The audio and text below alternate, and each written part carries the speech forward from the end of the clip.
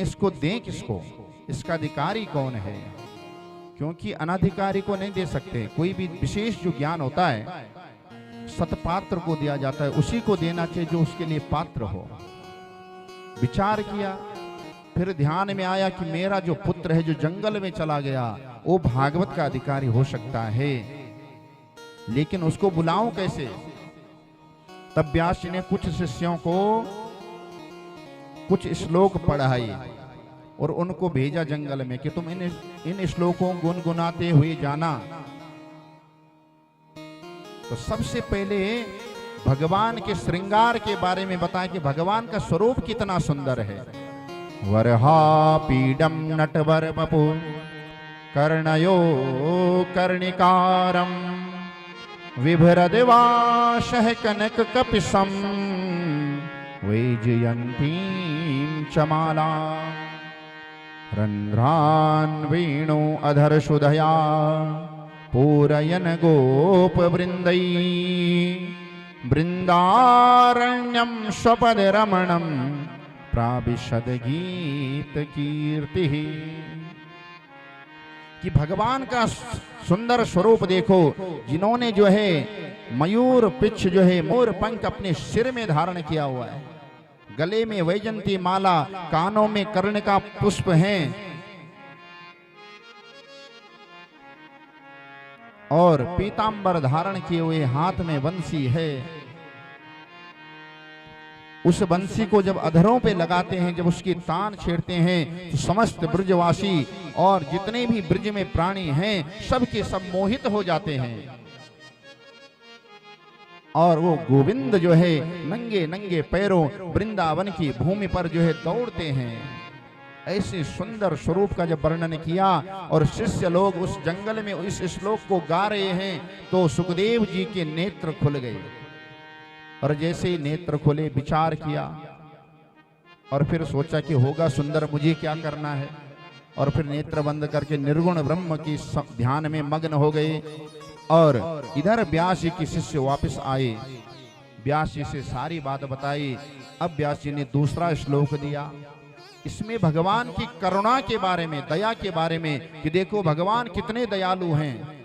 अहो बकीयम स्तन कालकूटम जिघासायापा ययदप्यसाध्वी लेभे गतिम धा त्रिचिताम ततोन्यम कमवा दयालुम शरणम ब्रजेमा। कौन ऐसा दयालु? अहोबकीयम, उस दुष्ट पूतना को जो भगवान को मारने के लिए आई। और कैसे आई? बोले कालकूट, जहर लगा करके स्तनों में भगवान को मारने की इच्छा से आई। लेकिन अब भगवान ने क्या किया? लेभे गतिम धा त्रिचिताम ततोन्यम कमवा दयालुम शरणम ब्रजेमा।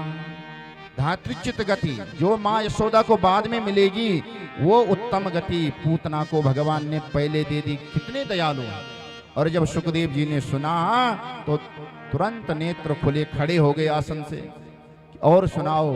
तो व्यास जी के शिष्य कहने लगे यदि और सुनना चाहते हो तो अपने पिताजी के पास चलो, क्योंकि हमारे पास तो गिने चुने श्लोक हैं, उनके पास ऐसे जो हैं 18,000 श्लोक हैं। तो सुखदेव जी दौड़ते हुए गए और व्यास जी के चरणों में दंडवत लेट गए। लेकिन व्यास जी ने डायरेक्ट नहीं पढ़ाया सुखदेव जी को कि सीधे आ बेटा और भागवत सीख, नहीं, पहले परीक्षा देने के लिए भेजा कि मेरा बेटा अधिकारी है कि नहीं। तो कहाँ भेजा? मिथिला में। महाराज किसके पास? जनक जी के पास। जब भेजे सूचना दे दी कि मेरा पुत्र आ रहा है, ये मत सोचना व्यास जी का पुत्र है, जो आपका नियम है उसके अनुसार परीक्षा लेना। सुखदेव जी जैसे गए तो राजा जनक ने जो है द्वारपालों से कहा कि इनको 4 दिन तक खड़े रखना। बोले समय नहीं है 4 दिन मिलने का और तुम्हें बैठना भी नहीं है। सबसे पहले क्रोध पर विजय, अपने द्वारपालों को कहा कि इनके चेहरे का जो स्वरूप आज है वही चौथे दिन भी यदि होगा तो अंदर ले आना, और यदि कुछ कमी लगे वहीं से वापस कर देना। तो सुखदेव जैसे महात्यागी महातपस्वी 4 दिन राजा जनक के द्वार पर खड़े रहे। चौथे दिन जब देखा वही तेज चेहरे पर है, अंदर ले गए। फिर क्रोध को, काम को, मोह को, लोभ को, अनेकों प्रकार की परीक्षाओं से जब सुखदेव जी उत्तीर्ण हुए तो महाराज जनक सुखदेव जी के चरणों में लेट गए, दंडवत प्रणाम किया। बोले क्षमा करें प्रभु, आपके पिताजी का आदेश था, इसलिए नहीं तो मेरी क्या सामर्थ्य कि आपकी परीक्षा लो।